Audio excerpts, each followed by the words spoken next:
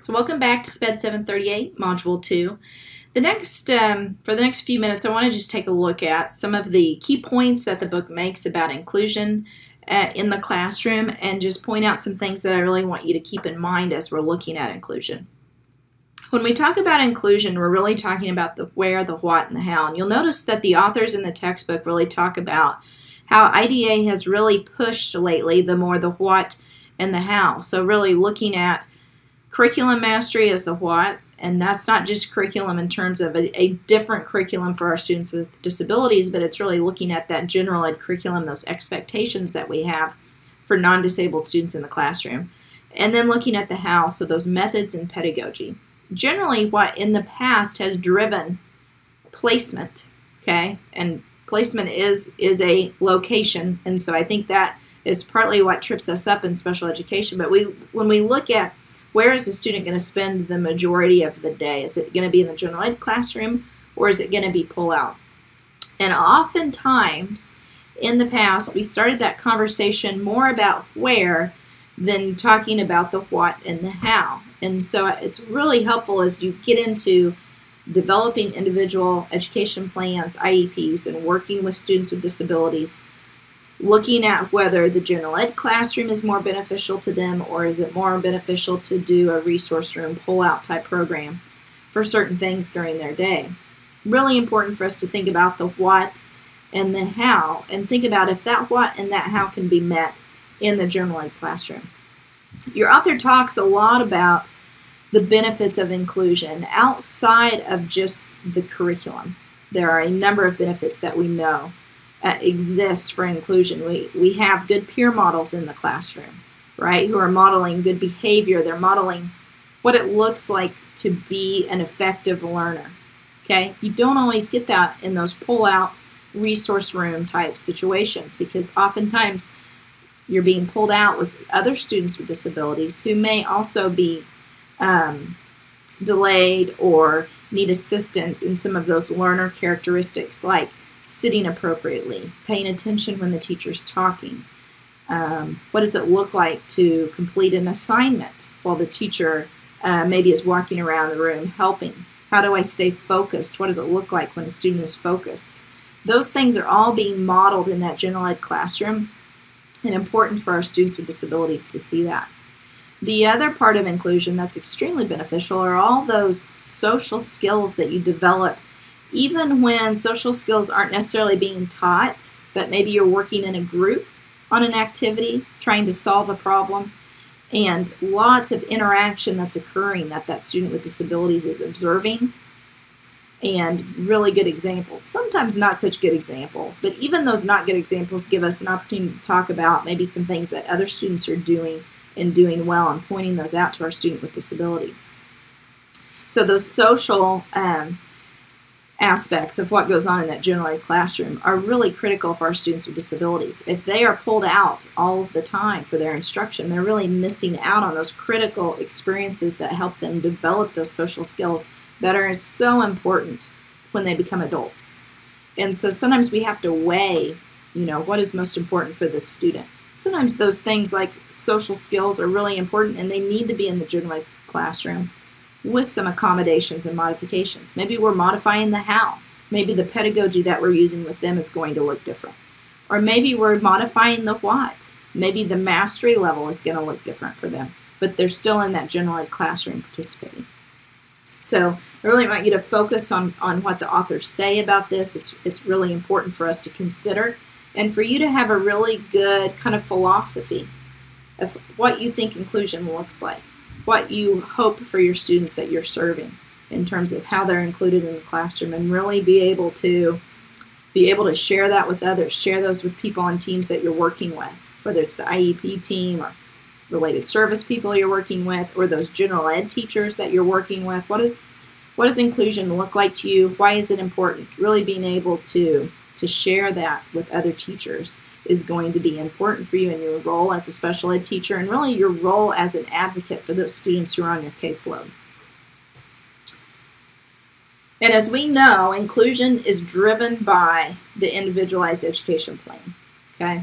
Now I have 2 thumbs up here. You get 2 thumbs up on our IEP if it's individualized, So if we're truly developing that IEP with that student in mind, not with what program that we have in our building, not with what group of students maybe they fit better with because it's convenient, that it is truly individualized.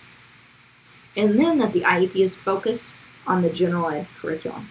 Okay, that is so important because that really drives that concept of students need to be included in the general ed curriculum. If our IEP is talking about the student's present level of performance in the general ed curriculum, talking about specially designed instruction that will give the student access to the general ed curriculum, if our goals are derived from the general ed curriculum, our test accommodations address the general ed curriculum, all those things are going to help that student be included more in the classroom with non-disabled peers.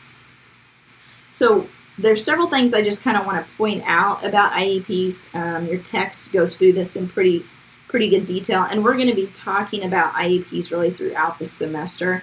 I know some of you are really familiar with IEPs. Some of you are just now maybe looking at your first IEP for students on your caseload. Okay, so we have a whole range in this course on kind of where people stand on prior knowledge for IEPs. So some of this may be something you've heard before, some of this may be new.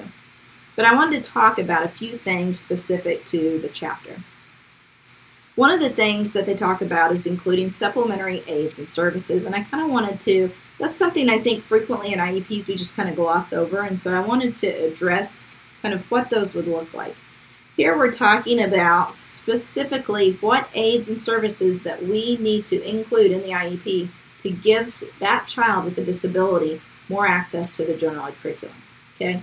So for example, if a student is blind, which we will talk about later in the semester, students with visual impairments, then Braille services would need to be included in that. If the student is deaf, like Josie, right, she has communication needs, an interpreter is listed for her under supplementary aids and services. Additionally, she has assistive technology listed there as a communication device that allows her to communicate with hearing peers without having that interpreter as the go-between. Okay?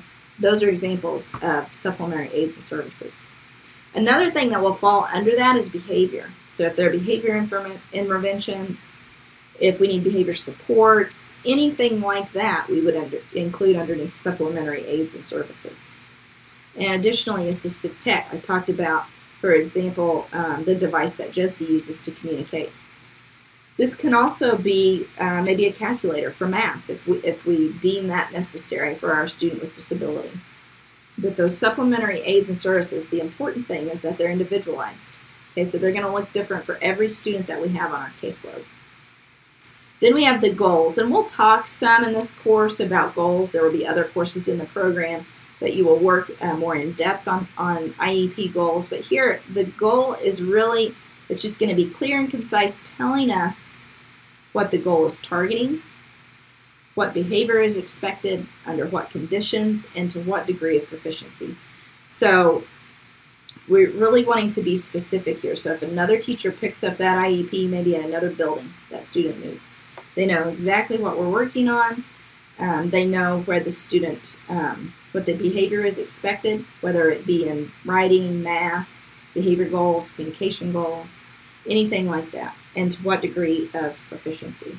So for example, let's do a goal for written language.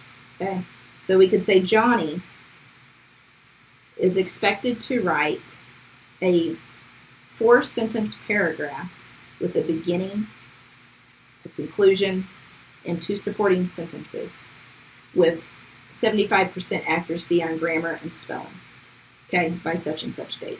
Okay, real specific on what we're going to be working on with Johnny related to writing. Specially designed instruction, this is where we just get into those methods that we talked about, the how of what we are teaching, okay? And that, again, is going to be individualized. And we will get into that more in depth later in the semester.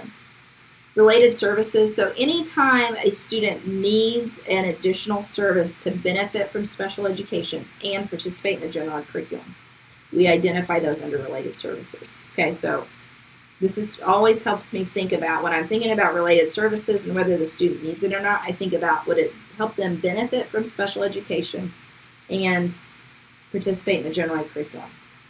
For example, a lot of times we have students who have handwriting difficulties, whether it be fine motor delays, whatever it is, okay? That can impact them participating in the general ed curriculum, right? So we would want to get an occupational therapist involved, helping them with that handwriting. We would have an OT goal for handwriting, and OT would be considered a related service. So anytime you're talking to related services personnel, or you're thinking about maybe a student needing a related service, really think about, hey, would they benefit more from the special education we're providing them and participate more in the general ed curriculum if they have this related service? If the answer is yes, then we need to include that in the IEP.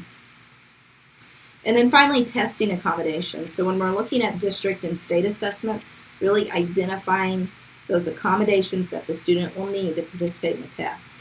All of this is very much related to inclusion, because if you think about all of those things that we talked about, they're all about either increasing access to the general ed curriculum, increasing participation in the general ed curriculum, or having a direct connection like goals. We're directly connecting that to the general ed curriculum expectations.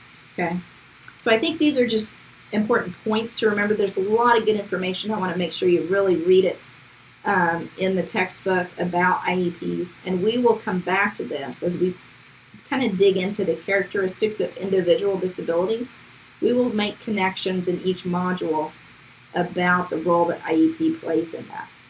You'll also see in this module there is an assistive technology connection. If you take a look at that, I talk about a tool that can be used as a supplementary aid or service, okay? And give you a really clear example of what it would look like if you included that in the IEP. So make sure you take a look at those things, think about those things. If you have any questions about IEPs, please do not hesitate to reach out and contact me. I'm always here as a resource.